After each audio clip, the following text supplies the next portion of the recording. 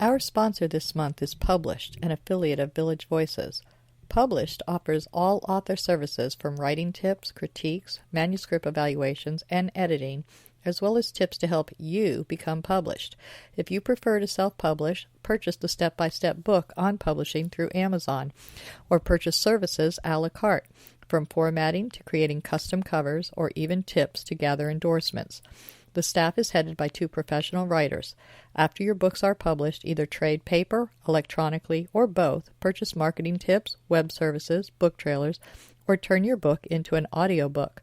Publish provides all your writing, publishing, and marketing needs. So give them a call at 941-748-6865. Contact them online at dgould497@aol.com, or go to the website at www.publishedavillagevoices.webs.com.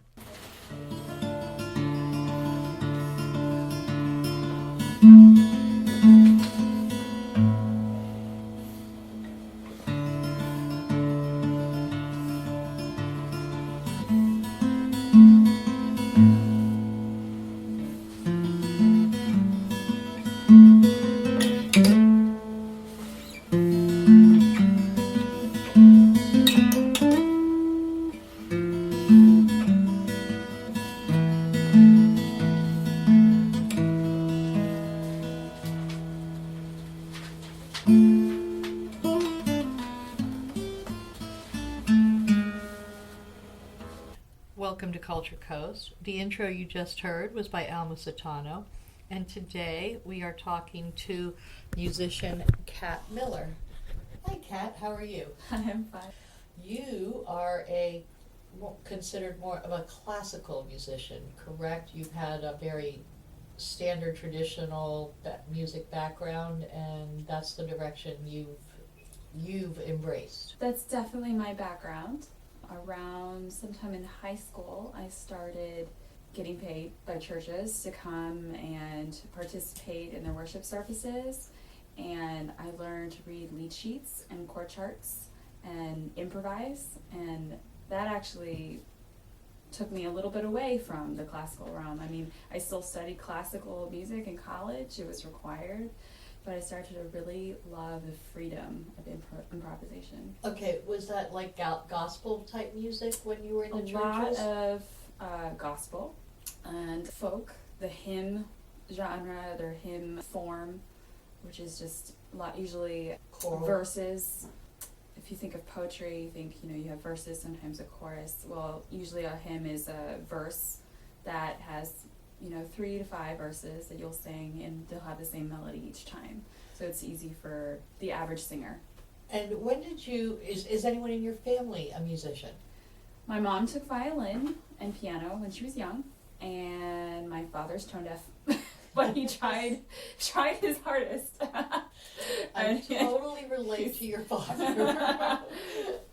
All right, so your mother she was a musician, Mm-hmm. and how old were you when you first realized that you loved music? I know you said in high school you started working and getting paid, but you must have started much younger to be there. I did. I was very fortunate. My church had a really excellent choral program, and we started at age 4 singing in choirs. That's so young, which will lead into another one of your background things. So you started in high school, started at 4 years old, and by the time you were in high school, you were already playing what they call playing out. You were playing for money at churches and things like that. Then during high school, what did you decide to do with your future? Well, we were picking college majors and exploring them, and I honestly decided I didn't like practicing all day by myself. Being a musician can be a very solitary experience because you're sitting there playing by yourself, especially pianists. And that was your specialty, was the piano? Piano, yes. Couldn't do it. I need people. I need to be around, and I love the collaboration, and I loved playing with other people. So actually, there are a number of different things you can major in for music. But you knew you wanted to go to college for music. Oh, yes. Well, I for a little bleep of a second, I probably thought about chemistry and English. I decided I wasn't really. I decided to go through what I thought was the easier major for me. It may sound easier, but it's a lot of people shy away from that kind of a major simply because there's not a lot of money unless you hit the very, very top echelon in music. So that's true. Most people tend to shy away unless they want to become a music teacher. That's true, and that's what my major was. Music education. I did a lot of research, and I decided I wanted a bachelor's degree that I knew could translate into a job immediately after college. With a lot of the other degrees, you need a master's or a doctorate to really be qualified. Music? Yeah. Okay. I mean, because what other avenues are there with the master's and the PhD in music? If I had gone music therapy, you'd have to get a master's degree, and that helps people become music therapists. That's interesting. So I wouldn't have even thought of that. You could do a lot of what I'm doing could be done by a music therapist. The difference really is that a therapist can use music to help a certain outcome. So like, let's say you're struggling with pain management. They can use research that's been done on music and pain management, and they can take that and decide what the best course of action is for you, what you should be listening to, what you should be doing. How can music affect your pain levels? Wow, I never even would have thought of that. You went to a really well-known music school, didn't you? Florida State. Florida State, and they have a really great music program? I think so. But, I mean... You did your research before you went. Yeah, I decided I was definitely going to go to a Florida school. And you are from here, born here? Yeah, I grew up in Miami. When I did my research, I mean, different schools had different strengths. And because I decided I was more going to go classical instead of jazz, because I just didn't understand jazz. I love it now, but I didn't at the time understand it very well. I didn't think I would do very well in that environment. I decided classical and music education because Florida State has a strong reputation for research in music education, and it was the farthest from home. With still being in the state. Yes, because state schools are a lot less expensive for residents. Yeah, and it's affordable. You don't have I wasn't going to take a loan out for a bachelor's degree. I understand. That was a very smart thought. Okay, so you've trained. Now, was and is piano your only instrument, or did you branch out and you have other instruments as well? Well, in the program, you're required to take a semester of strings and explore the different instruments. You at least know the basics, and the same thing for winds and percussion. And I did rather poorly on most of them. I think if I had something to practice on, I didn't have to focus on piano so much. Maybe I could have picked up another instrument a little better. You have an affinity for the piano, but isn't that considered a string, or is that percussion? Percussion, actually. Okay. My husband coached me on the trumpet, actually. That's one of the ways we bonded initially before we started dating.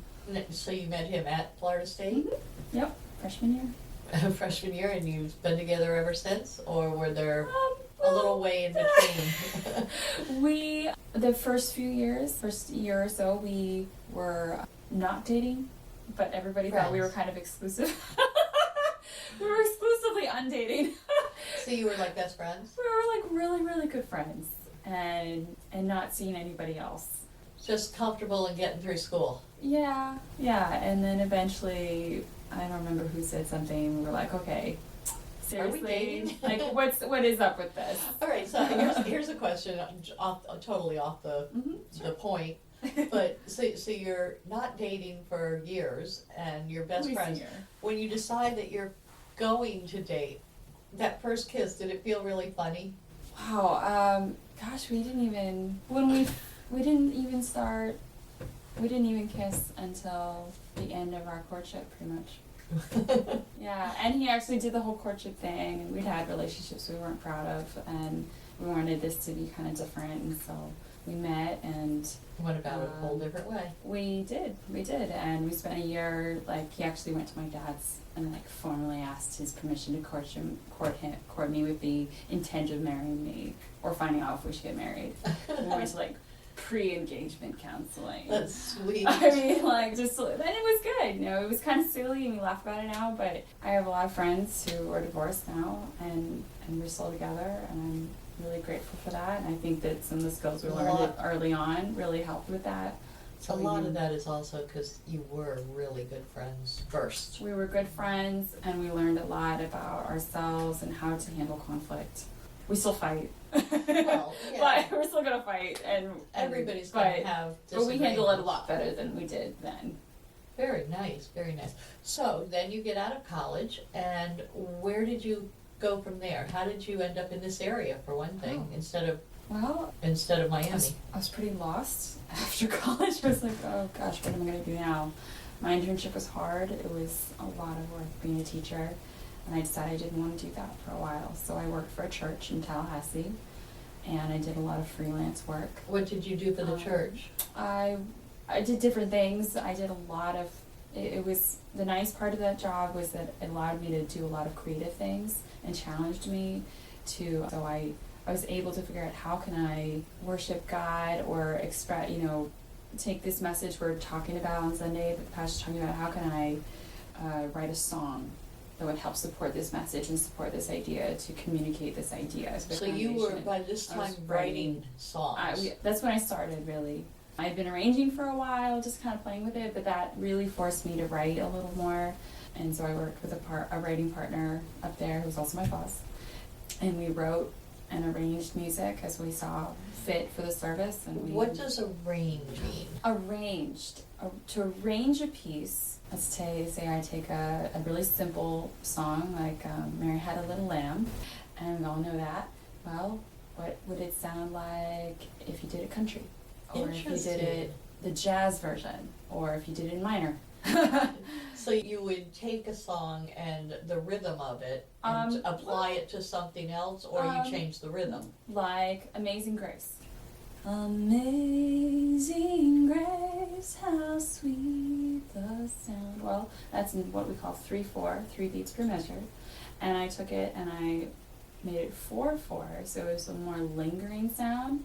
And instead of the traditional chords, G, C, D, I actually put jazz chords to it, like a G major 7, kind of give you a different color, and E minor 7. There's even a D minor in my arrangement at one point.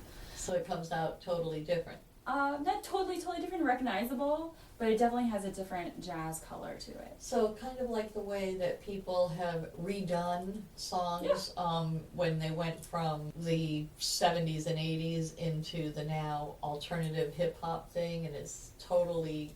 Hip-hop artists are very often arrangers. You'll even hear classical pieces in some of their arrangements. Yeah, okay. I think I get the idea now of what arranging is, because I know that they have changed the sound of the song completely. Take a piece of something, make it a little bit your own. And that's, and now, if you do that, do you have to get permission to... If it's copyrighted.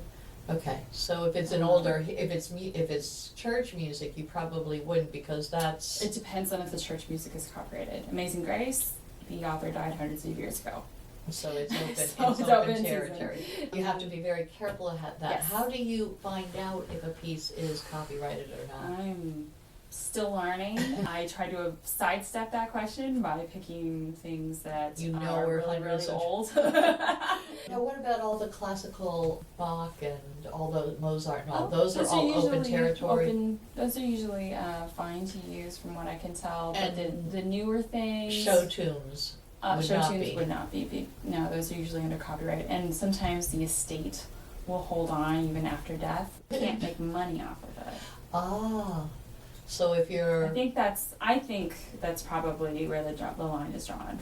Is you can't go out and make money from it. Now, what about people who play out? They're just bands that are playing music. They're getting paid, but they're not getting paid per song. Like, that's a good question. I am definitely not the expert. I mean, I've read some blogs and articles, and there are definitely companies out there trying to convince people that you have to have a performance license to play a certain song. I mean, I don't know any bands that do cover songs that actually have a performance license. Churches are required, I know, to have like a CCLI license, so they can, perform the songs. And it also helps report and pay the songwriters for the usage and the printing the copies and things. It's a really complicated world that I'm not the expert in. All right, that's I'm starting to just now get into it's that just something I've research. never explored before, and you having been